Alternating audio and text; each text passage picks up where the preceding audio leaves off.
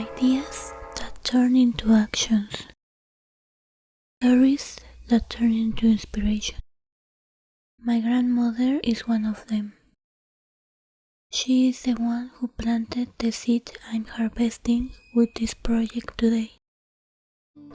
Yo me llamo María Luisa, pero nunca me dije. María Luisa Morales Ruiz. Soy Luisa Marta Ríos Morales, soy de la ciudad de Puebla, tengo 3 hijos, estudié la carrera de profesora de educación primaria, pero por el momento me dedico al hogar. My name is Lupe Montiel. I am a volunteer at Girls in Focus. I'm also an author and a poet. I'm originally from Mexico City. I was brought to the United States at about 18 months.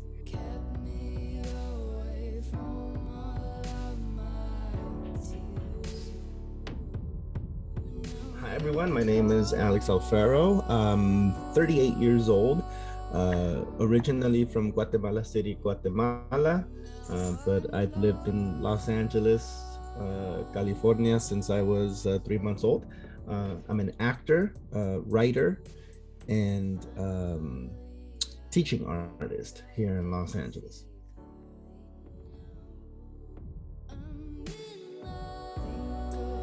And my name is Dunya Merrill Georgievich. I am the founder and executive director of Girls in Focus, which is an all-girl filmmaking program. It's a nonprofit. I am an immigrant in the United States. I immigrated here when I was 12 years old. I was born in Belgrade, Yugoslavia, a country that no longer exists and now is called Serbia. So when I was born, it was Yugoslavia, and I immigrated here with my mother. My father came a few years before. I'm realizing as I get older how much this story is part of who I am and part of the way I see the world.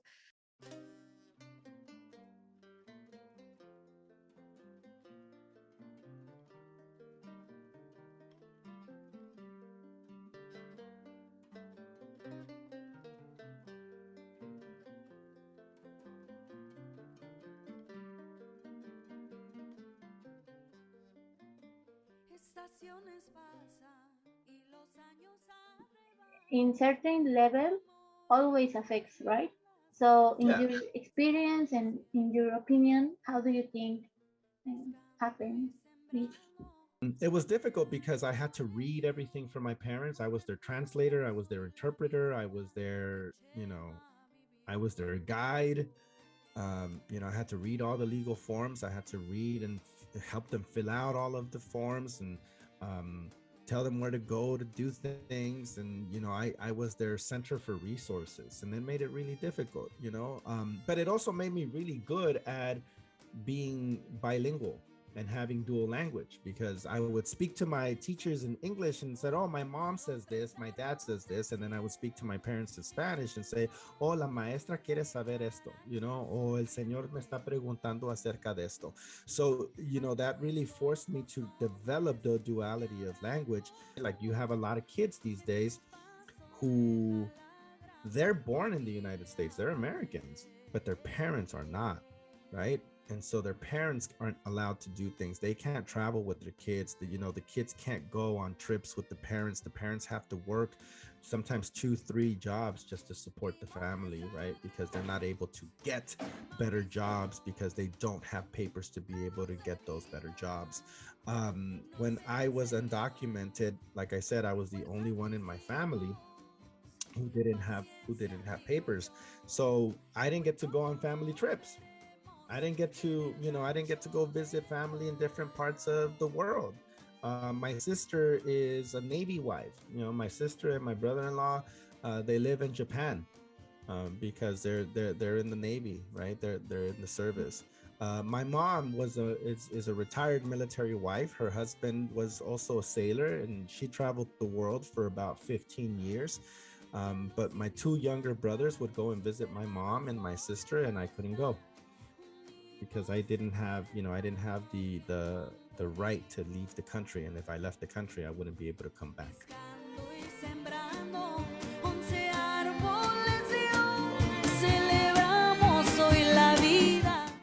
Was traveling alone with my mom, and there were some things that happened that I never really had the opportunity to think through or process until I started to see the news and all of the children that were being taken from their parents at the border, and also the kids in cages, and just seeing all of the pain and all of the um, just the horror and all of the panic in their faces. And I just remember that there was a time in my life where something very similar happened to me at the border. Um, for whatever reason, and I'm not clear on it yet, my mom, when we were crossing, she was somehow separated from me. And I don't know how and I don't know when. I just remember the feeling of panic setting in because I was suddenly being handled by people that I had never met before in my life. My dad left Mexico before my mom did, and he came to Los Angeles, to Inglewood, to establish, work and a place to live and basically a new life away from Mexico, just for a better opportunity. That's what he left for. And I just remember, and this is nothing that anyone told me. I still have memories of the panic that I felt being separated from my mom. It's a feeling of like death. It's like something like you think you're gonna die, and it's very traumatic. I mean, I just seeing the children being separated at the border from their parents is a very difficult thing because those memories came flooding back after seeing that. And for me personally, I remember things in flashes. I just remember, like I said, the strange faces. I remember arriving in some strange home that I know now was actually at Santa Ana, California, where my grandfather, Siriaco, my mom's dad used to live. That's where he was living.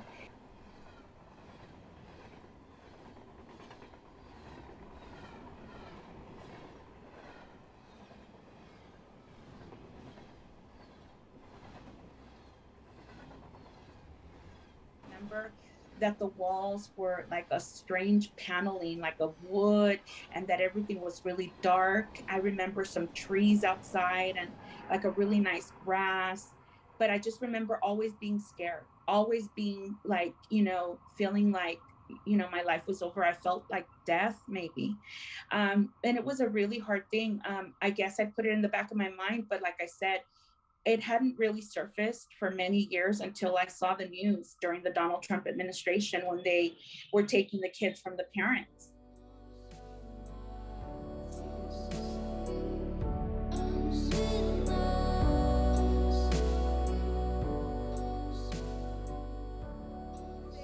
What is happening now, I can just say that I've experienced firsthand through my family the feeling that everyone deserves, just by the birthright, to have the rights to if you're not lazy and you work hard and you want to make something of yourself, the right to do so.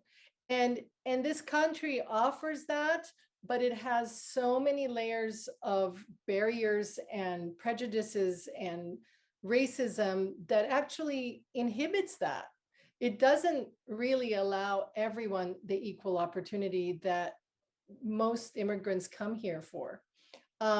You can work really, really hard and you can succeed, but it almost feels like it's against all odds, not that the odds are stacked in your favor. So when I see today this catastrophe, it's a travesty to watch these families being torn apart like this because of immigration laws. I really feel that we as a human race have to reconsider and step back and really reconsider, what are our laws for? Are we really protecting our selves and people and families as human beings, or are these laws serving something totally different? I feel like these laws are serving something very different that has nothing to do with caring or human rights or preserving children, which is what, you know, I mean, that's the thing that we do. If children are in trouble, whether they're in your own country or in another country, everyone responds to that and should, and it's our responsibility to do so. So causing harm, causing so much trauma, causing so much negativity and pain and anguish to young children by tearing them away from their parents. Well, I can't even think of a word for that, but it is a travesty. There's nothing else. It's criminal. It's something that should people go to court for. About me one more time before you go. Someday you'll know.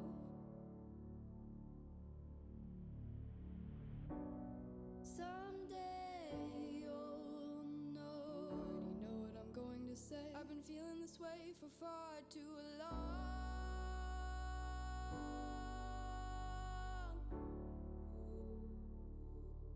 And now you're gone.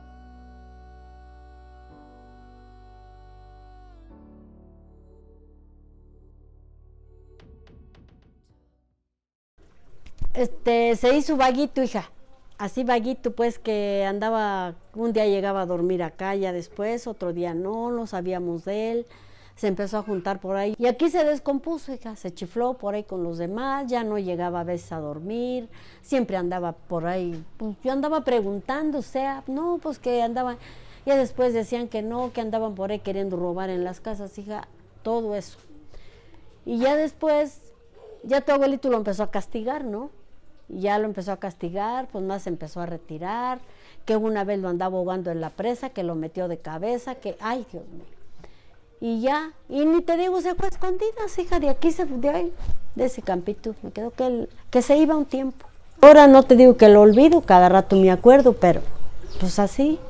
Pero te digo, ahorita ya sufrir así como sufrí, pues claro que pues ya, sí, no lo olvido, pero sí fue un sufrimiento grande, hija. No, hija, ha sido un dolor. Ahora yo me volvía loca, hija, sí. Entonces yo le pedía mucho a Dios, ¿verdad? Que yo no lo mandé que se fuera. Yo le pedía mucho a Dios, pues que Dios me diera ánimo, me diera fuerza, me diera, porque había más y ellos no tenían la culpa de verme sufrir, ¿no?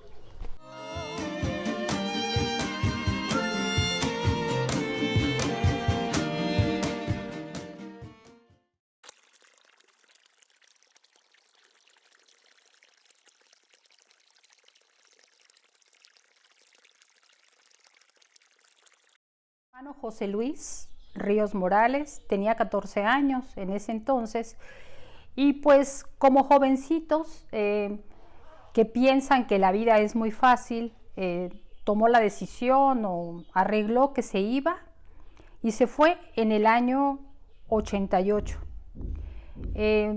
Se fue y dijo que en cosa de 3 meses él regresaría, pero en mi corazón no imaginé que fuera a ser por tanto tiempo. Yo sí creí que iba a regresar, ¿no? Pero pues no. Sí, claro.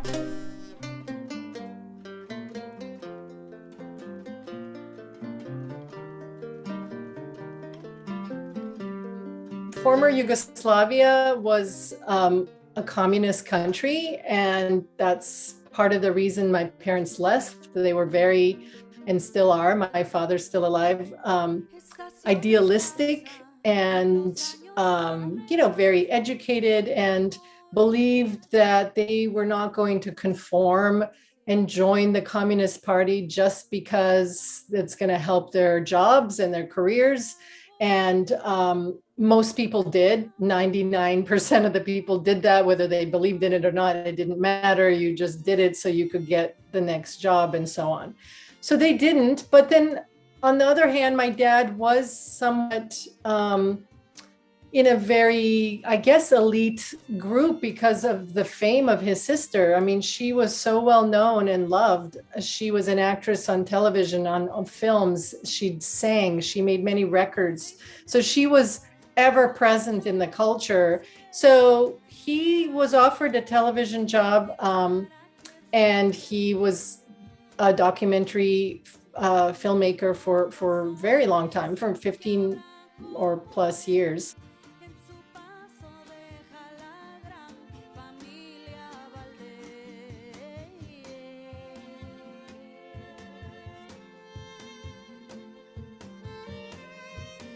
I think that the reason why people still choose to come here, it's because it's still the reputation that it's the land of opportunity.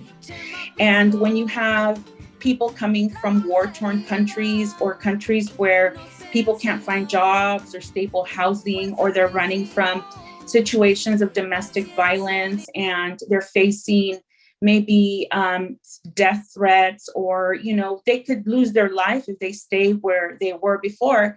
It's worth it. They have nothing to lose. They have nothing to lose. So they figure, you know what, to have this or to have the unknown, and that the unknown might be possibly a better future and a better life. It's a risk that a lot of people are willing to take because, you know, there is that possibility that you might come out on the other side better than you were. So many people just decide, you know what, let's just do it. Conditions and the circumstances in their home countries are not good because you know, oftentimes they're leaving, escaping, running away from violence, drugs, poverty, death, illness. You know, I'm from one of the poorest places in Guatemala, that's called, you know, La Limonada in La Zona Cinco in Guatemala City, Guatemala. And the whole reason why my parents left was because it was, you know, people were starving there. My father's parents' house didn't have running water until like the early 90s. The houses are made out of, you know, wood and board and sheet metal. You know, kids there don't go to school. Kids there spend all day huffing paint thinner, and you know, there's just a lot of crime, there's a lot of poverty.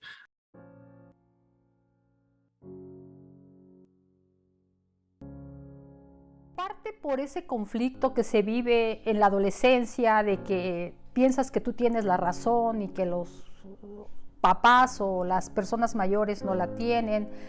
A lo mejor por un sueño económico de carecer tantas cosas y decir, ¿sabes qué? Me voy a ir y voy a comprar y voy a tener tantas cosas, ¿no? Pero ellos al fin y al cabo no miden los peligros. Questions for some time ago disturb my heart today waiting for an answer. Families that are broken. Pain that burdens forever. Absence which pales the existence. I have so many questions. They do too.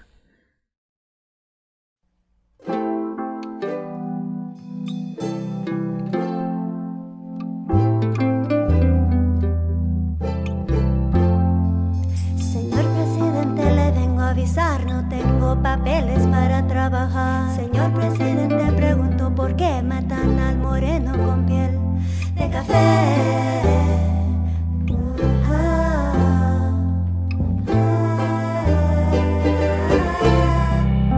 Si fuera presidente, honestamente. That anyone else who's immigrated or any other kids, and then you think about the kids of what they're going through now, that with the separation of the children and their parents and the conditions. Like, I had my grandmother, so I felt safe. I felt loved. My life kind of went normally as it always had. So I just detached from my mom a little bit, and my dad, I missed him, but I felt like I was okay. That, even though I was okay, that the fact that my parents were gone has definitely deeply scarred me. And so I'm very concerned and empathetic to seeing this that's happening to the children, and imagining how those effects are going to be very deep and very traumatic for them, much more so than for me. And as I've just said, I think it's been a pretty personal revelation how traumatic this actually was, without me even knowing it at the time. The inability of many politicians to manage their budgets and manage their cities properly. And there's a lot of cities that are managed well. There's a lot of cities that are not managed well. There's a lot of services that are not available to different parts of the cities, to different communities. And so when immigrants come in and the problems are exacerbating and they continue to grow and they continue to be unsolved, it's just easy to scapegoat. It's easy to put the blame on the new immigrants, because you know what? They have no way to defend themselves. They are living in the shadows. They don't want to make their voices heard. They can't, because they are in fear. They're in fear that they might be deported. And so that keeps them in the shadows, that keeps them silent. And they're just easy targets. They can't defend themselves. They're not as strong politically, financially. It's just easy to scapegoat. Denied that. And so I say it's needless that millions of people don't have documentation, because we should just fix immigration law. And I know that it sounds easy to say that. Let's just fix immigration law and everything's going to be okay. But it's much more complicated than that. So the best thing that I can do as an artist, as an artivista, is to be able to bring awareness to the work that I do and the work that I create, so that people can, at the very least, start having conversations about what immigration reform in the United States could look like. The past is a photograph. In the future, an abyss of possibilities. The whole system has to be overhauled. I think it's due for a change. I think that it's not fair that it's gone as long as it has. This broken system has benefited both parties, and it's a shame. And I think that the time has come where they need to stop playing with the lives of people. People are being used as political, like pawns. Where immigrants have always been used, as far as I can remember, as political hot potatoes. Like it's just always a piece of the game that they use against each other.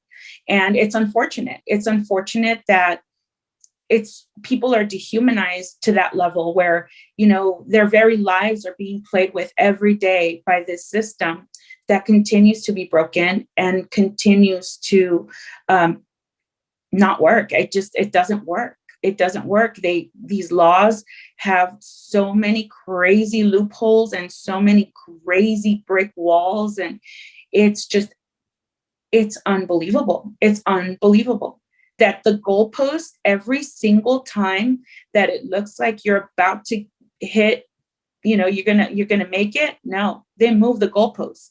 So they find it's like a game. It's literally like a game to them. And the system has to be fixed. It needs an overhaul, complete. Me gusta el limón, pero no me gusta tanta corrupción. It would change all of it. There's this idea that the right way, the proper way of immigrating to the United States is to get in line, is to pull a number and get in line and wait for your turn so that you can come in. That's so far from the truth and so far from how it actually works. Immigration law in the United States is broken. The system is broken. It doesn't work. So it's almost impossible for people who don't have papeles to fix their papers here in the United States. It's almost impossible to be able to become a resident and eventually a citizen.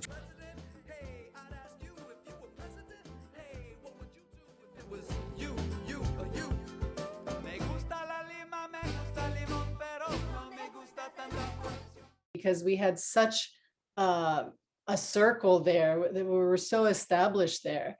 So I have to keep telling him, no, you made the right choice. Because this happened, this is the right choice.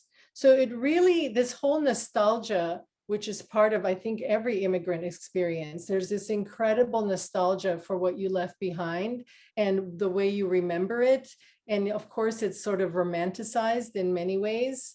So all the films that I, really relate to and love have a lot of that kind of nostalgia, like Cinema Paradiso, for example, is one of those incredibly nostalgic films that shares that sentiment of you never know what you left behind because you can't live two lives. You only can live one life. So, I'm trying to incorporate going back more, but I don't go back that often.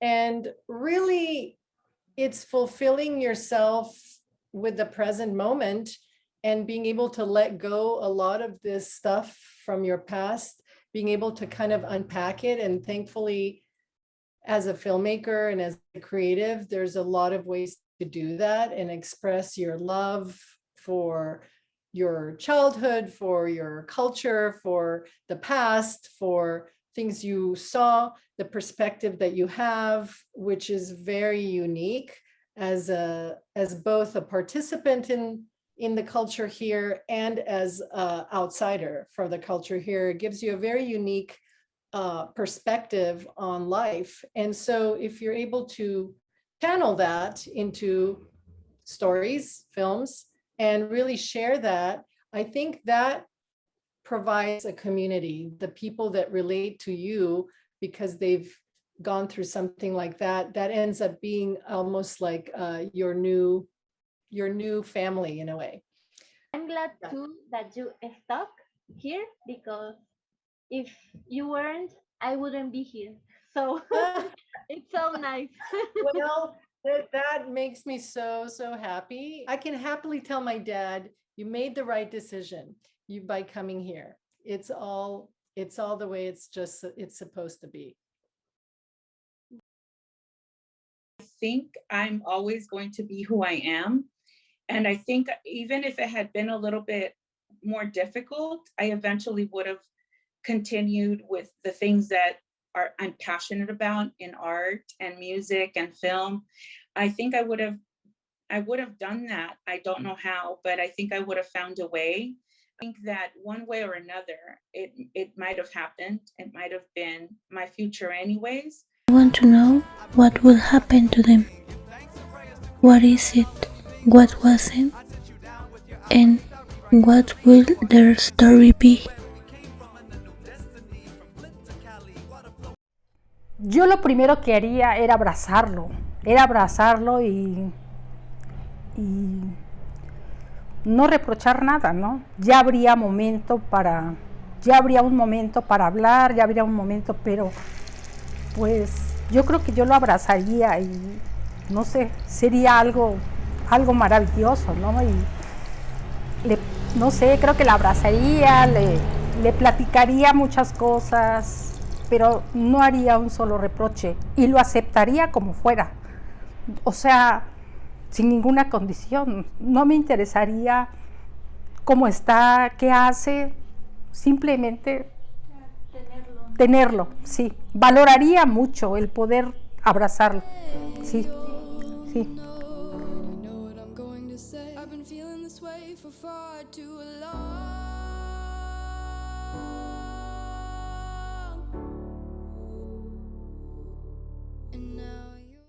It's disappointing, it's frustrating,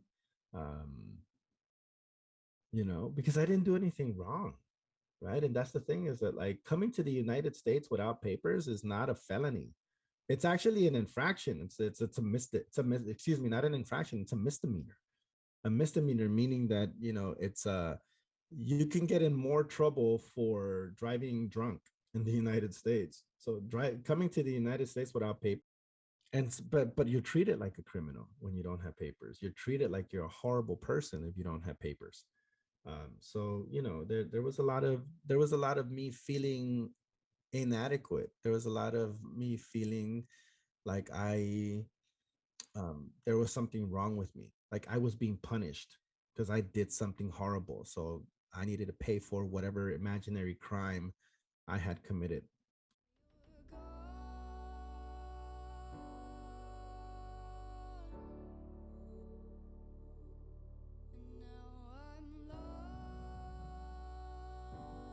Pues me daría mucho gusto verlo.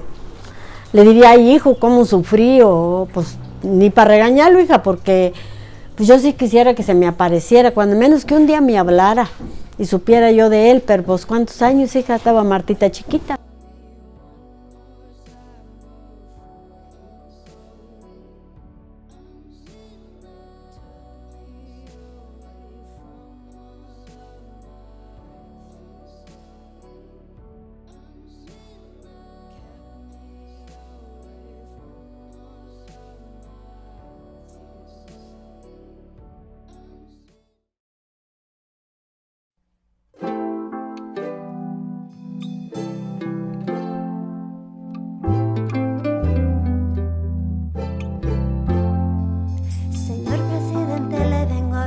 No tengo papeles para trabajar. Señor presidente, pregunto por qué matan al moreno con piel de café.